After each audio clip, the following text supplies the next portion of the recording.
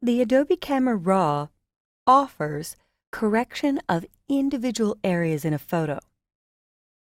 If I look at the pre-processed, already developed JPEG from the camera, I see some rich blue in the sky. If I look at the unprocessed, undeveloped Camera Raw shot, I've already started to lose some of that blue, some of the contrast and detail. And when I correct it, I'll lose even more of that sky. So I'm going to double-click on the Camera Raw, the .nef, to open the ACR, Adobe Camera Raw dialog. And I'll load the corrections I've made globally to this image.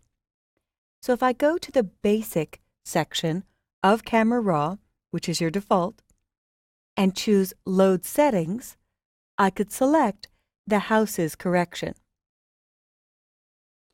Now, while this looks better overall, much more vibrant, rich yellow, I could see more of a light cyan blue, what I really saw when I took this shot. I've almost lost the sky completely. That's when the adjustment brush will let you paint back areas of the image that were captured in the original shot, but lost during correction. So if I select the adjustment brush, the default brush size is pretty large. So I'll scroll down in the adjustment brush settings.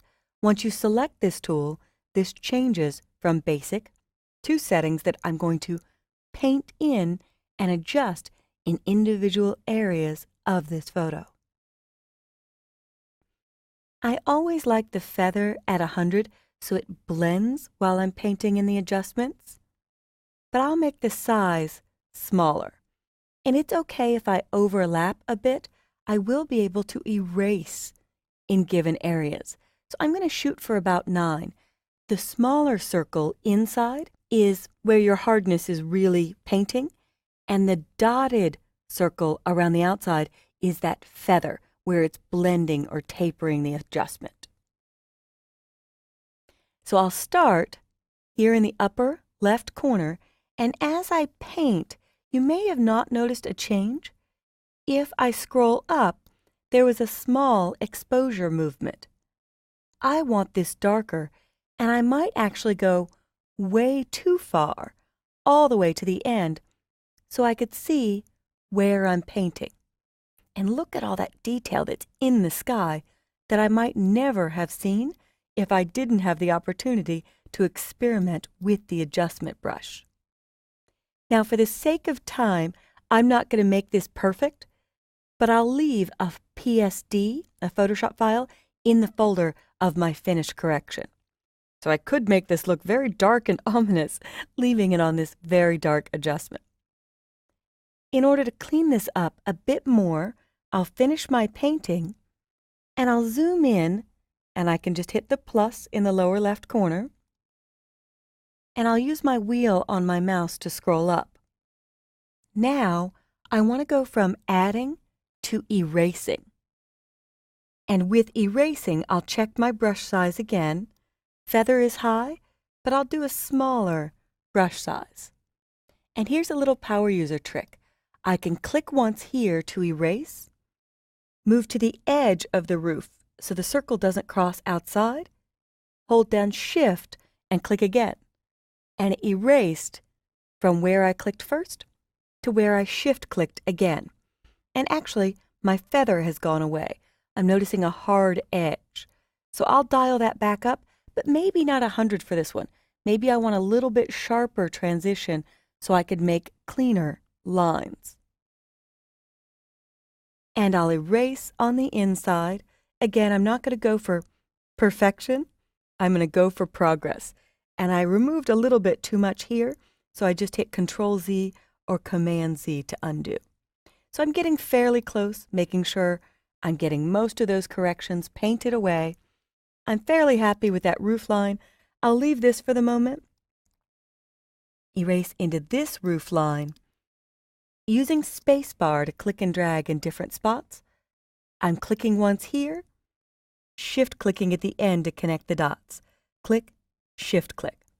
And I'll do a super small brush size, anywhere between 1 and 3, to clean up the corners. But for now, I'll leave the corners a bit rough. If I do something I don't like, Control Z or Command Z or Edit Undo. All right, so I'm going to fit in window, Control 0 or Command 0 to fit in window to see my correction.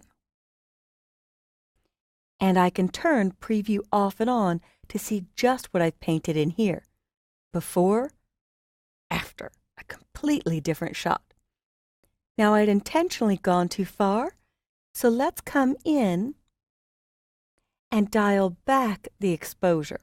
So I just want a richer sky, and that actually makes less cleanup work for the corners. But I don't need that completely artificial look.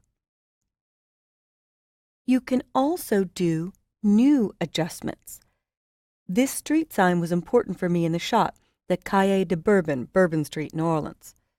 So I want to do a new adjustment brush. And I'll zoom in with Control Spacebar or Command Spacebar.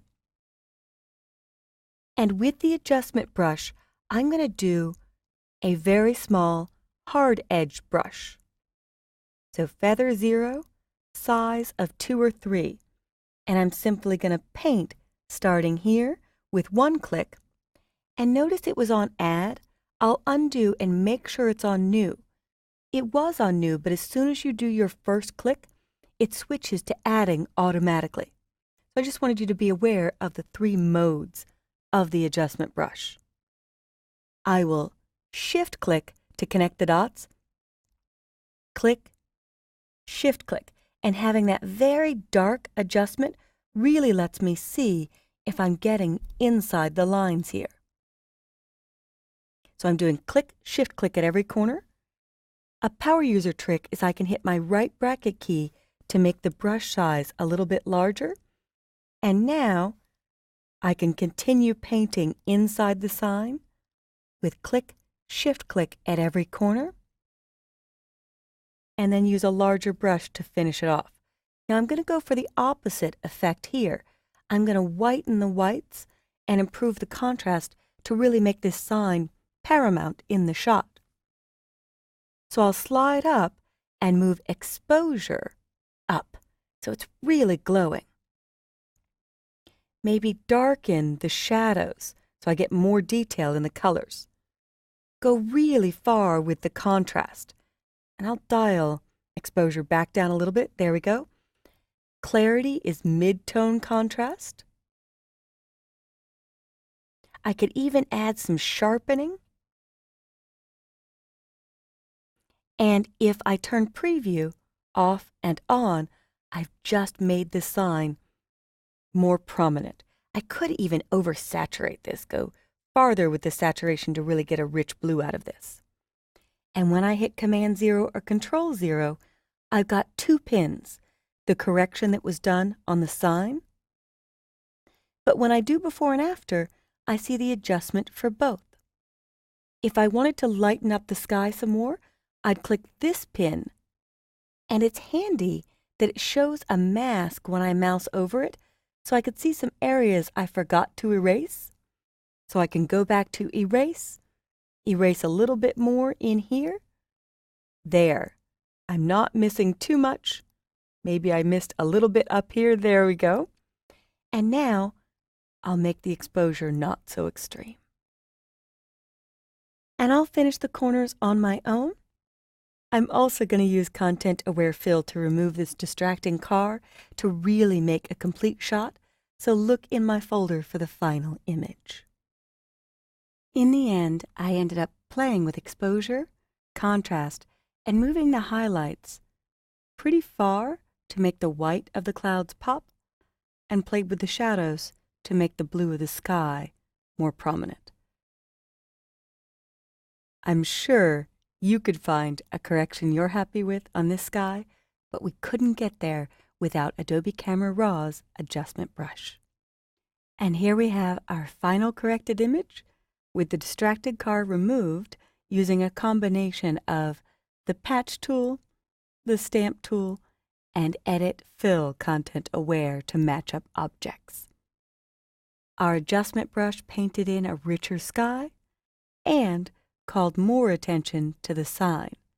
Now watch carefully as we look at the pre-processed camera JPEG to see how uninteresting this shot is. Flat, dull, not vibrant,